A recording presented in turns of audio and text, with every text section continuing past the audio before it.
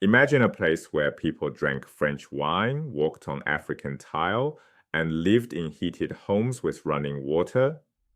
Now imagine that within a single century, their descendants couldn't make a pot. This isn't a thought experiment. This is Britain.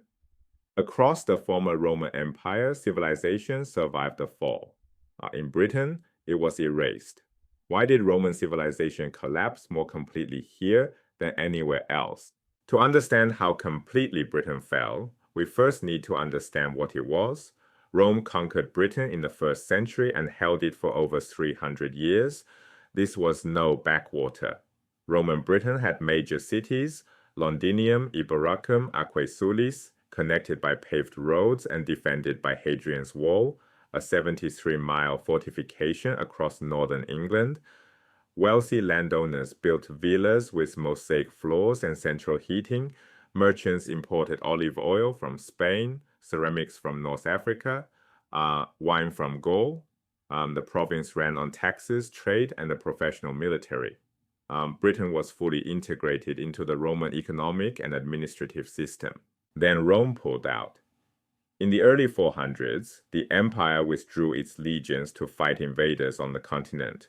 Britain was left undefended. Within a generation, new arrivals crossed the North Sea, the Angles from southern Denmark, the Saxons from northern Germany, and the Jutes from the Jutland Peninsula. These Germanic peoples, collectively called the Anglo-Saxons, began settling eastern and southern Britain from the 440s onward. Here's where Britain's story diverges from the rest of the former empire. Take Gaul, modern France. The Franks conquered Gaul, but they didn't destroy Roman civilization. They adopted it. Frankish kings kept Roman bishops in power. Cities continued functioning. Latin survived and slowly evolved into French. Tax records were preserved. Written legal codes, heavily influenced by Roman law, governed the population. The Franks built their Merovingian kingdom on Roman foundations. Britain got the opposite, right? In the areas the Anglo-Saxons conquered, bishops were destroyed. Cities were abandoned, not repurposed, abandoned. Latin vanished entirely, replaced by Old English. No tax records, no written law for generations. Look at that contrast. Every single marker of Roman civilization survived in Gaul and was destroyed in Britain. The Franks bent Roman culture. The Anglo-Saxons broke it. This wasn't a gradual decline. This was replacement. A new people, a new language, a new religion, new forms of government, layered over the ruins of everything that came before. But the real question isn't what happened. It's why Britain collapsed so much more completely than everywhere else. The historian Chris Wickham calls what happened in Britain radical economic simplification. That dry phrase hides something staggering. Before the collapse, Britain was a node in a vast Mediterranean trade network. Ceramics arrived from North Africa. Wine flowed in from Gaul. Olive oil came from Spain. Spices traveled from the eastern Mediterranean. British towns had workshops producing goods for export. After the Anglo-Saxon conquest, all of it vanished. Every trade line severed, every workshop closed.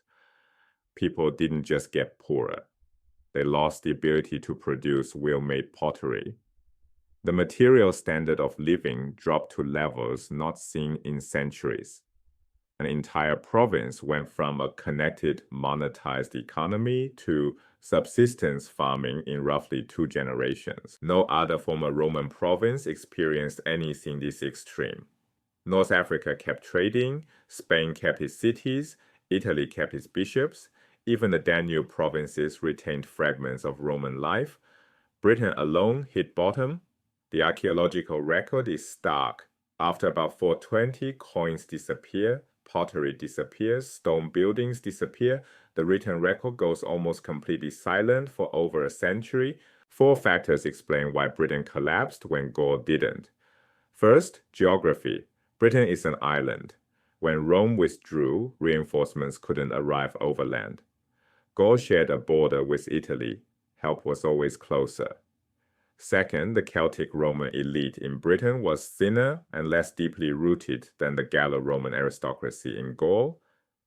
Fewer people had a stake in preserving Roman systems.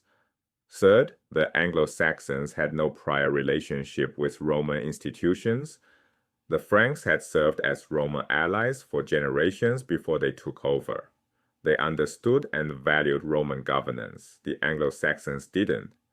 Fourth, and perhaps most important, the Church. In Gaul, Catholic bishops acted as bridge institutions, preserving literacy, law, and administration. In conquered Britain, no such bridge existed. The Anglo-Saxons conquered roughly what became England, but they never took everything. Wales, Scotland, and Cornwall remained Celtic-speaking and culturally distinct. This divide, Anglo-Saxon East, Celtic West, was carved in the 5th century and persists today. Welsh is still spoken. Scottish and Welsh identities aren't merely political preferences. They are rooted in a 1500-year-old fracture, the line where Anglo-Saxon conquest stopped and Celtic Britain survived. This catastrophe left a mark on the British Isles that we can still see today, and it gave birth to one of the most famous legends in Western culture, King Arthur. Arthur is 99.9% legend. The Round Table, Excalibur, Camelot, the Holy Grail, all invented by French Romance writers in the 12th century and later. But there's a historical kernel. In the late 5th and early 6th centuries, Celtic Roman Britons fought back against the Anglo-Saxon advance. Someone, possibly a war leader, possibly several, won enough battles to slow the conquest for a generation. That desperate losing fight against civilizational erasure became the seed of the Arthur legend. Real resistance buried under centuries of literary invention. The story of Roman Britain corrects a common misconception that the Roman Empire collapsed the same way everywhere. It didn't. Most provinces kept significant pieces of Roman civilization. Latin survived and became French, Spanish, Italian, Portuguese, Romanian. The church preserved literacy and law. Cities endured. Britain is the extreme outlier, the place where everything was lost. Civilizations don't just decline, they can be completely replaced. The survival of Roman culture in Gaul required active preservation by institutions, the church, the aristocracy, city governments. Where those institutions failed or were destroyed, everything vanished within a few generations. The Romans didn't just leave Britain. Britain forgot they were ever there.